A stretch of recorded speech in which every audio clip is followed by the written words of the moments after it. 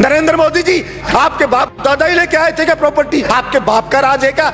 Diesel मिलता है, petrol 30-32 रुपए में मिलता है, उसको आप 90 से 100 रुपया बेच रहे हो। आपके बाप का राज है क्या कि लूटोगे, खाओगे, खुद 15-15 लाख के सूट पहनोगे, और वो किसान है उसके तन पे कपड़ा नहीं है, मजदूर के तन पे कपड़ा नहीं है, आप घूम रहे हो वहां 36 तरह के व्यंजन खा रहे हो, वो सूखी रोटी खा रहा है, और किसान ने अगर पिज्जा खा लिया तो उसको सोशल मीडिया पे चलाते हो, पिज्जा क्यों खा लिया? आपको ही अधिकार है पिज्जा खाने का, आपको ही अधिकार है कूलर में सोने का, आपको ही अधिकार है एसी में रहने का, आपको ही अधिकार है पैंट शर्ट पहनने का। आपके बाप दादा ही लेके आए थे क्या प्रॉपर्टी?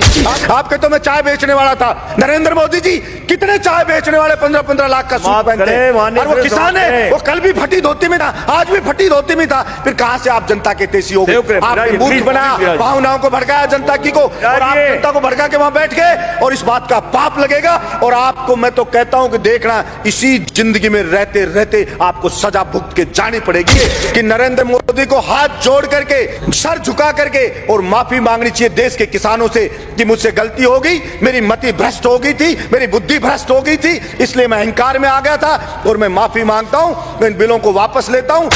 कि नरेंद्र मोदी जी को भी यह अहंकार नहीं रखना चाहिए, यह जनता उठा के ऐसा पटक देगी कि वो कल्पना भी नहीं कर सकते। और वही लोग जो आज मोदी मोदी कर रहे हैं, जो आज जयकारे लगा रहे हैं, वही उनको गाली देते हुए नजर आएंगे कि इस मोदी के कारण हम बर्बाद हो गए, सब कुछ लुट गए, जनता की गालियां खा रहे हैं। वो सब के सब कहना पड़ेगा ले लो। और प्रधानमंत्री जी को इतना अहंकार हो गया है कि मैंने जो बिल ले आया, भला उसका विरोध किसी ने क्यों कर दिया? उस अहंकार में वहां कीलें लगा दी जाती हैं, वहां पे ऐसे ऐसे बैरिकेड बना दिए जाते हैं, वहां पे ऐसे लगा जैसे पाकिस्तान की कोई सेना अटैक करने आने वाली हो, उससे ज्यादा वहां पे सुरक्षा के इंतजाम करे जा रहे हैं। तब किसी भी राजा का विनाश आ जाता है ना, विनाश आ जाता है, तब वो इस प्रकार का एक्ट करता है कि मैं जनता की मांग को नहीं सुनूंगा, मेरा करना है जो कर लीजिए। अगर वास्तव में जनता विरोध में आने लगे, जब वास्तव में राजा को लगे कि सड़क पे जनता उतरने लगी है, तो उस अहंकारी राजा को तुरंत उनकी समस्याओं को ध्यान में रख करके समाधान करना चाहिए, वरना जनता उसको उठा के कुर्सी से मोदा पटक देगी। ये उस राजा को ध्यान रखना चाहिए। उसे भाड़े के टट्टू रख रखे, सोशल मीडिया पे रख रखे, वो मोदी मोदी करते हैं, वो उसकी बढ़ाई करते हैं, वो बढ़ाई करते हैं। और मैं कहता हूं ऐसे ही चाटुकार, और कुछ चाटुकार होते हैं, वही उसको मरवाते हैं, वही उसको बर्बाद करवाते हैं। और यही हश्र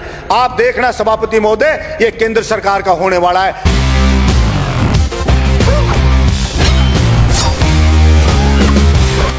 इसके साथ ही सभापति महोदय, मैंने पहले भी मांग की और आज भी सरकार से मांग कर रहा हूं, आखिर बोलेगा कि राजस्थान हमारा ये किसान है जो पानी से बहुत परेशान है, हमारा बहुत सा क्षेत्र डार्क जोन में।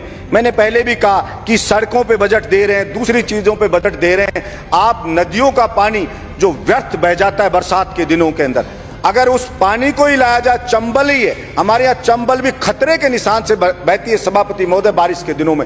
यमुना का पानी है वो खतरे के निशान से यमुना बहती है। हरियाणा के अंदर पंजाब वाले पानी छोड़ देते हैं नहरों में, वो लोगों के खेतों में भर जाता है पानी, और वो वहां का जो कोई एमएलए का चुनाव लड़ता है, वो ये कहता है कि मैं आपके खेत में ये पानी नहीं आने दूंगा, ज्यादा आपकी फसल खराब नहीं होने दूंगा, मैं इसको रोकूंगा। मैं कहना चाहता हूं, एक तरफ तो वहां पे बाढ़ आ रही है, यहाँ बिहार में देखते हैं कि लोग मर रहे हैं, उस बाढ़ से राहत के लिए कोष दिया जाता है, और दूसरी तरफ राजस्थान का किसान पिसाया मर रहा है, राजस्थान की जनता पिसाई मर रही है। तो मैंने कहा, पहले भी कहा, हिंदुस्तान की सरकार हो चाहे राज्य की सरकार हो, एक बार भगवान के लिए कुछ समय के लिए और चीजों पे बजट रोक करके, और एक बार इस किसान के पानी के लिए आप बजट दे दो, और किसान के खेत तक इस पानी को पहुंचा दो, फिर इस देश की तरक्की किसान ही कर देगा।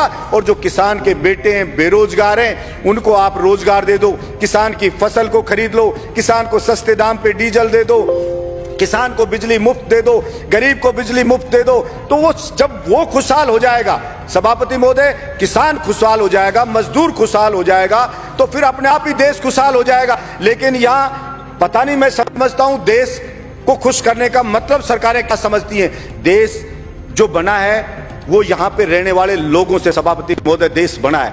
अगर वहां के लोग खुश नहीं है, अगर वहां के लोग संतुष्ट नहीं है, तो वो देश पर कैसे खुशहाल हो सकता है? सिर्फ झूठे नारे लगाने से, झूठी बातें करने से कोई देश खुश नहीं हो जाता। सभापति महोदय, किसान पढ़े, अलग अलग बॉर्डर पे पढ़े, 2 मिनट में कर रहा हूं सभापति महोदय, अलग अलग बॉर्डर पे पढ़े, बच्चे उनके बैठे हैं, महिलाएं वहां पे बैठी हैं, विनती कर रहे हैं बेचारे कि साहब ये 3 जो बिल लाई है केंद्र सरकार, इससे हम बर्बाद हो जाएंगे, हमारी मंडियां बर्बाद हो जाएगी। प्रधानमंत्री जी इन तीनों बिल को वापस ले लो। और प्रधानमंत्री जी को इतना अहंकार हो गया है कि मैंने जो बिल ले आया, भला उसका विरोध किसी ने क्यों कर दिया। उस अहंकार में वहां कीलें लगा दी जाती हैं, वहां पे ऐसे ऐसे बैरिकेड बना दिए जाते हैं, वहां पे ऐसे लगा जैसे पाकिस्तान की कोई सेना अटैक करने आने वाली हो, उससे ज्यादा वहां पे सुरक्षा के इंतजाम करे जा रहे हैं। सभापति महोदय, मैं ये कहना चाहता हूं, विनाश काले विपरीत बुद्धि।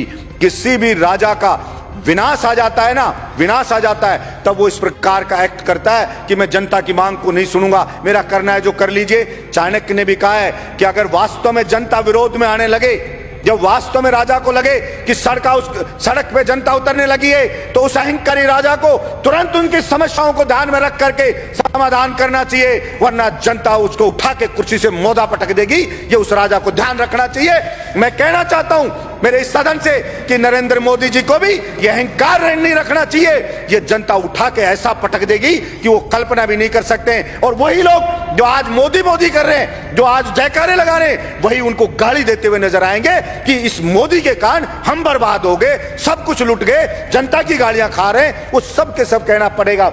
सभापति महोदय, भाड़े के टट्टू रख रखे हैं, सोशल मीडिया पे रख रखे हैं, वो मोदी मोदी करते हैं, वो उसकी बड़ाई करते हैं, वो बढ़ाई करते हैं। और मैं कहता हूं ऐसे ही चाटुकार, और कुछ चाटुकार होते हैं, वही उसको मरवाते हैं, वही उसको बर्बाद करवाते हैं। और यही हश्र आप देखना सभापति महोदय, ये केंद्र सरकार का होने वाला है। इसलिए मैं तो मांग करता हूं यहां से कि नरेंद्र मोदी को हाथ जोड़ करके और सर झुका करके और माफी मांगनी चाहिए देश के किसानों से कि मुझसे गलती हो गई, मेरी मति भ्रष्ट हो गई थी, मेरी बुद्धि भ्रष्ट हो गई थी, इसलिए मैं अहंकार में आ गया था और मैं माफी मांगता हूं। मैं इन बिलों को वापस लेता हूं और एमएसपी पे पूरी फसलों को खरीदे।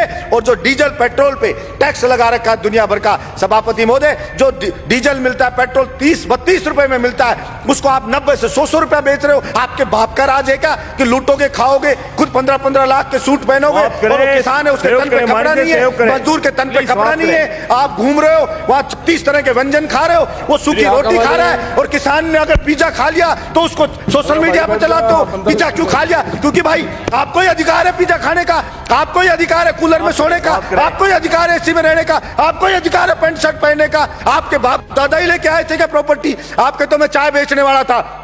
मैं पूछना चाहता हूं नरेंद्र मोदी जी, कितने चाय बेचने वाले 15-15 लाख का सूट पहनते हैं? और वो किसान है, वो कल भी फटी धोती में था, आज भी फटी धोती में था। फिर कहां से आप जनता के तेजी हो गए? आपने मूर्ख बनाया, भावनाओं को भड़काया जनता की को, और आप जनता को भड़का के वहां बैठ गए। और इस बात का पाप लगेगा। और आपको मैं तो कहता हूं कि देखना, इसी जिंदगी में रहते रहते आपको सजा भुगत के जानी पड़ेगी। ये मैं आपके बीच में कहना चाहता हूं। धन्यवाद सभापति महोदय।